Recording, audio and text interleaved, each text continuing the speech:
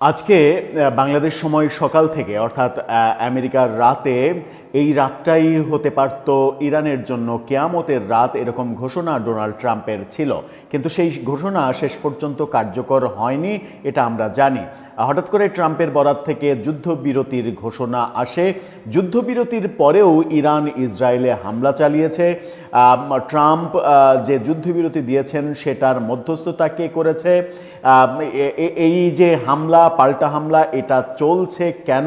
Iran 10টা নতুন শর্ত দিয়েছে, সেই শর্তগুলো পালন করলে যুদ্ধ থেমে যাবে এরকমটা ভাবা যখন হচ্ছে, জাতিসংঘ কি বলছে, ইসরায়েল কি বলছে, এই ব্যাপারগুলো যদি আপনি ক্লিয়ারলি জানেন তাহলে বুঝতে পারবেন যে ট্রাম্পের যে যুদ্ধবিরতির ঘোষণা, সেই যুদ্ধবিরতির ঘোষণাটা সত্য নাকি নাটক হিসেবে মঞ্চায়িত হতে চলেছে।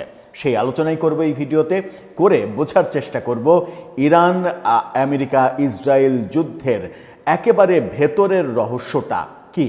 থাকবেন পলিটিক্স টিভির নিয়মিত দর্শক। বলছিলাম ইরানের যে যুদ্ধ, সেই যুদ্ধবিরতির কথা। তার আগে একটি মানবিক কথা বলতে চাই। ফুড ফর অল, সবার জন্য খাদ্য, এই কর্মসূচি নিয়ে একদল তরুণ অসহায় দুস্থ ক্ষুধার্ত মানুষের পাশে রান্না করা খাবার নিয়ে দাঁড়াচ্ছে। তাদের এই উদ্যোগটাকে সমর্থন করতে ডেসক্রিপশন বক্সে লিঙ্ক দেওয়া আছে, সেই চ্যানেলটা সাবস্ক্রাইব করে তাদেরকে অনুপ্রাণিত করবেন যেন এই মানবিক বার্তাটা সারা পৃথিবীতে পৌঁছে যেতে পারে। চলে যাচ্ছি অমানবিক যে যুদ্ধ চলছে সেই যুদ্ধের খবরে।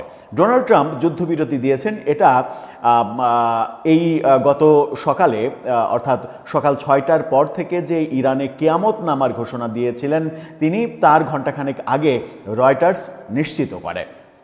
বার্তা সংস্থা রয়টার্সের এই খবর নিশ্চিত করার পরে ভোরবেলাতেই আমরা আমাদের ফেসবুক পেজে আপনাদেরকে এই খবরটা টেক্সট আকারে, ব্রেকিং নিউজ আকারে জানিয়েছিলামও। সেখানে রয়টার্স বলেছিল যে ডোনাল্ড ট্রাম্প 2 সপ্তাহের জন্য যুদ্ধবিরতিতে রাজি হয়েছেন, কারণ ইরান রাজি হয়েছে হরমুজ প্রণালী খুলে দেওয়ার এবং নিরাপদ করে দেওয়ার। কিন্তু আদতে ইরান হরমুজ প্রণালী খুলে দেওয়ার ব্যাপারে রাজি হয়েছে বলে বোঝা যাচ্ছে না, কিংবা বাস্তবতা সেরকম মনে হচ্ছে না। অনেকে বলছেন যে এই যুদ্ধবিরতির ক্ষেত্রে পাকিস্তানের প্রধানমন্ত্রী শেহবাজ শরীফ, তিনি নাকি মধ্যস্থতা করেছেন। এবং মজার ঘটনা ঘটেছে, শেহবাজ শরীফের এক্স হ্যান্ডেলে একটা পোস্ট, এটা নিয়ে সেই পোস্টের ভেতরের রহস্য বেরিয়ে গেছে বলে অনেকে দাবি করেছেন। সেই পোস্ট যে তিনি নিজে থেকে লিখে দেননি, আমেরিকা থেকে লিখে তার কাছে পাঠানো হয়েছিল। যে ড্রাফটটা পাঠানো হয়েছিল সেই ড্রাফটটাই তিনি এক্সে প্রথমে পোস্ট করেছিলেন, পরে সেটা এডিট করেছেন। এক্সের ব্যাকগ্রাউন্ড ইনফরমেশনে গিয়ে তথ্য প্রযুক্তিবিদরা এই তথ্য বের করেছেন, এরকম দাবিও আমরা বিভিন্ন খবরে দেখছি। যে মধ্যস্থতাতেই হোক, ডোনাল্ড ট্রাম্পের যে যুদ্ধবিরতির ঘোষণা 2 সপ্তাহের, সেই ঘোষণার সঙ্গে সঙ্গে সারা পৃথিবীতে তেলের বাজারের যে অস্থিরতা, সেই অস্থিরতা অনেকখানি কমেছে। তেলের দাম অনেকখানি কমে গেছে, এরকম খবরও দেখেছি। কিন্তু প্রকৃত চিত্র কি? আমরা দেখেছি যে এই যুদ্ধবিরতির পরেও ইরান ইসরায়েলে হামলা করেছে। সেই হামলার চিত্র বার্তা সংস্থা রয়টার্স তুলে এনেছে। এই ভিডিওটা সামান্য একটু দেখুন, যে মিসাইল হামলা করছে ইরান, এবং সেই মিসাইলগুলো একের পর এক ইসরায়েল প্রতিরোধ করতে সমর্থ হয়েছে। সেটা একটু দেখে আসুন।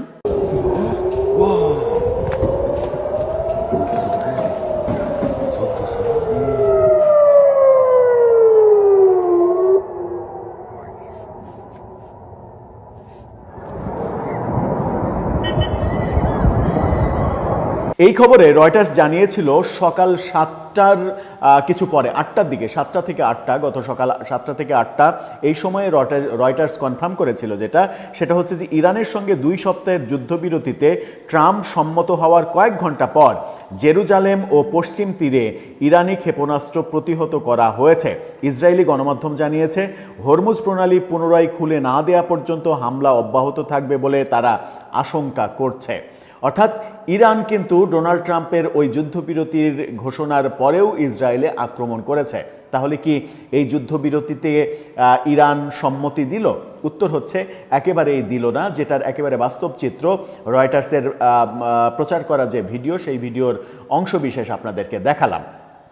এখন আরেকটা যেটা হচ্ছে, ইরানের 10টা শর্ত নিয়ে কথা বলবো। তার আগে ঠুটো জগন্নাথ জাতিসংঘের মহাসচিব কি বলছেন দেখুন, এই ফটোকার্ডটা দেখুন। সেখানে যুদ্ধবিরতি ঘোষণাকে স্বাগত জানালেন জাতিসংঘ মহাসচিব, এটা বলা হচ্ছে। অর্থাৎ আমেরিকার প্রেসিডেন্ট যা বলছেন সেটা, জি স্যার, এটা ভালো করেছেন স্যার, এই কাজই তো জাতিসংঘের, এছাড়া তো তাদের কোনো কাজ নেই, সেই কাজই তিনি করেছেন।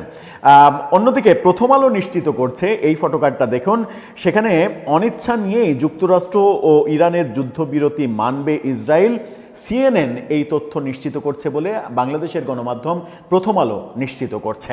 এই দুই খবর যখন আমরা নিশ্চিত হচ্ছি, তখন আলোচনায় এসেছে ইরানের 10টা শর্ত, আমেরিকাকে দেয়া ইরানের 10টা শর্ত, এবং শর্তগুলো আপনাদেরকে জানাবো।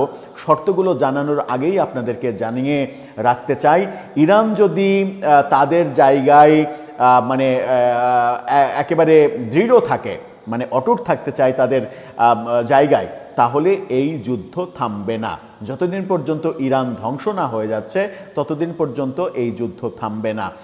অনেকেই এই বিতর্ক করেন যে ইরান এবং আমেরিকা সমানে সমানে, শেয়ানে শেয়ানে লড়াই হচ্ছে, আমেরিকাকে ইরান ছাড়বে না। কিন্তু বিশ্ব বাস্তবতা কি? একমাত্র রাশিয়া ছাড়া পৃথিবীর অন্য কোনো দেশের কি আমেরিকার সঙ্গে শেয়ানে শেয়ানে যুদ্ধ করার মতো সামর্থ্য রয়েছে? উত্তর হচ্ছে নাই। যখন নাই, তখন ইরান একা একা, ইরানের পাশে কেউ নেই, একা একা এই কাজটা কেন করতে যাচ্ছে? নিজেদেরকে ধ্বংস করার জন্য করতে যাচ্ছে? এই প্রশ্নটা আসছে। রাশিয়া ইরানকে টেকনিক্যালি হয়তো মানসিকভাবে সমর্থন করছে, কিন্তু রাশিয়া কখনোই আমেরিকার সঙ্গে যুদ্ধে জড়াবে না। রাশিয়া জানে যে এই শিয়ানে শিয়ানে যুদ্ধেও লাগলে দুই দেশই মারাত্মকভাবে ক্ষতিগ্রস্ত হবে। সুতরাং নিজেদের ক্ষতি অনেক বেশি হোক, এটা বুদ্ধিমান রাষ্ট্র কিংবা বুদ্ধিমান রাষ্ট্রপ্রধানরা কখনোই চাইবেন না। কি কি শর্ত দিল ইরান, যেগুলো কোনোভাবেই আমেরিকা মানবে না, এটা একেবারে পরিষ্কার করে বলা যায়, এবং এই যুদ্ধ থামার সম্ভাবনাও দেখছি না। শর্তগুলোর মধ্যে ফটোকার্ডটা দেখে নিন ইত্তেফাকের, সেখানে বলা হচ্ছে আমেরিকার আর আক্রমণ না করার প্রতিশ্রুতি দিতে হবে, হরমুজ প্রণালীতে একচ্ছত্র নিয়ন্ত্রণ থাকবে ইরানের, ইরান ইউরেনিয়াম সমৃদ্ধ করার অধিকার ইরানের যেটা, সেটা মেনে নিতে হবে, অর্থাৎ ইরান পরমাণু বোমা তৈরি করেই যাবে, এটা মেনে নিতে হবে।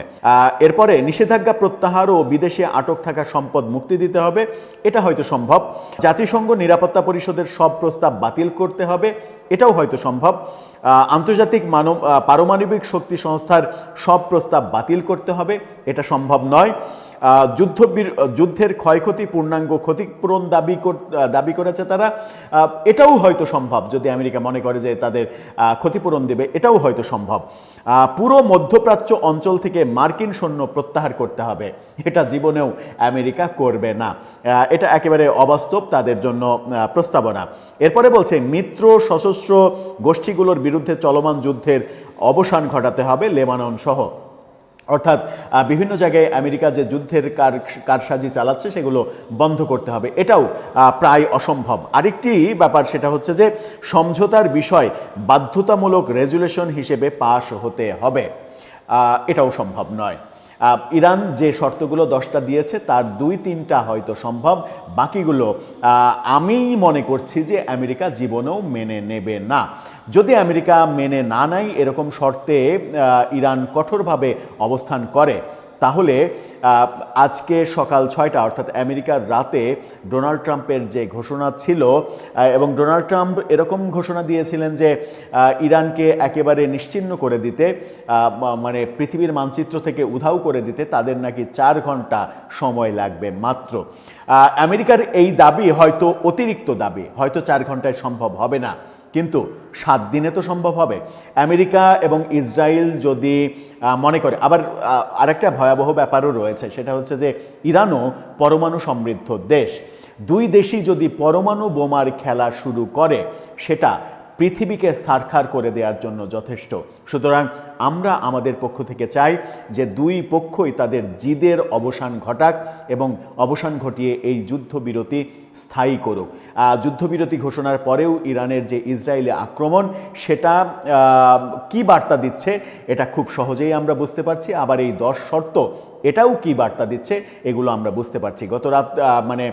গত রাতে যে ঘোষণা মানে ইরানকে ধ্বংস করে দেওয়ার যে ঘোষণা ছিল, সেই ঘোষণার পরে আমরা দেখেছি ইরানে জনগণ ওই সম্ভাব্য হামলার জায়গাগুলোতে জনগণ মানববন্ধন করেছে, এরকম চিত্র মানে গণমাধ্যমে, সামাজিক যোগাযোগ মাধ্যমে ছড়িয়ে পড়েছে। এবং সেই চিত্র ছড়িয়ে পড়ার পাশাপাশি আমরা দেখেছি প্রচুর এরকম এআই ভিডিও তৈরি করেও ছড়িয়ে দেয়া হয়েছে।